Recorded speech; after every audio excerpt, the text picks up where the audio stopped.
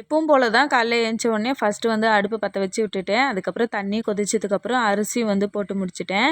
சோறு வெந்துட்டே இருக்கும்போதே சைட்லேயே வந்து பார்த்திங்கன்னா இன்னொரு பாத்திரத்தில் தண்ணி கொதிச்சுட்டே இருக்கும். அது வந்து பார்த்திங்கன்னா நடுவில் நான் வந்து தண்ணி ஊற்றிப்பேன். நான் ஆல்ரெடியே சொல்லியிருக்கேன். ஒரு 2 மணி நேரமாவது ஆகும். இங்கே கேரளாவில் நாங்கள் எங்கள் வீட்டில் வந்து வாங்குகிற அரிசி கண்டிப்பாக ஒரு 2 மணி நேரத்துக்கு மேலே ஆகும். அதனால் மொத்தமாக அந்த பாத்திரம் ஃபுல்லாக தண்ணி வச்சேன்னா அது வந்து பார்த்திங்கன்னா பொங்கி பொங்கி ஊற்றிட்டே தான் இருக்கும்.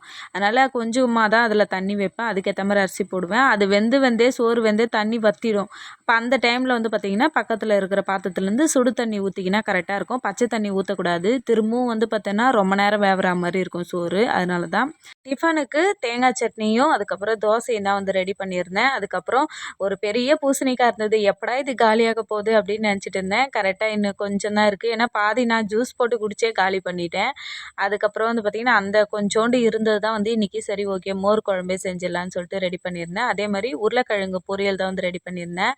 இந்த மோர் குழம்புக்கு பெஸ்ட்டு காம்பினேஷனே வந்து பார்த்திங்கன்னா உருளைக்கிழங்கு பொரியல் தான். உருளைக்கிழங்கு பொரியல் செய்யும்போது பூண்டை நல்லா வந்து பார்த்திங்கன்னா தட்டி சேர்க்கணும். அதுக்கப்புறம் மிளகாத்தூள் வந்து பார்த்திங்கன்னா நல்லா கொஞ்சம் காரம் தூக்கெல்லாம் சேர்க்கணும். எனக்கு ரொம்ப பிடிக்கும் அந்தமாரி செஞ்சால். ஆனால் வந்து மாமியாருக்கு உருளைக்கிழங்கு பொரியலை மிளகாத்தூள் போட்டு செஞ்சால் பிடிக்காது. பச்சை மிளகு போட்டு செஞ்சால் தான் பிடிக்கும். அதனால் எப்பவும் போல் அவங்களுக்கு ஏற்ற மாதிரி நான் வந்து பச்சை மிளகா சேர்த்து தான் வந்து பொரியல் செஞ்சுருக்கேன் இன்றைக்கி. எனக்கு வந்து சேர்த்தா பிடிக்காது. பச்சை மிளகு மிளகாத்தூள் போட்டால் தான் பிடிக்கும். இங்கே கேரளாவில் நாங்கள் இருக்கிற ஏரியாவில் இன்னமும் சரியான மழை நல்ல மழை பெஞ்சிட்டு தான் இருக்குது இப்போவும். அவ்வளோதான். இந்த வீடியோ பிடிச்சிருந்தா லைக் அண்ட் சப்ஸ்கிரைப் பண்ணிக்கோங்க. வீடியோ பார்த்ததற்கு நன்றி.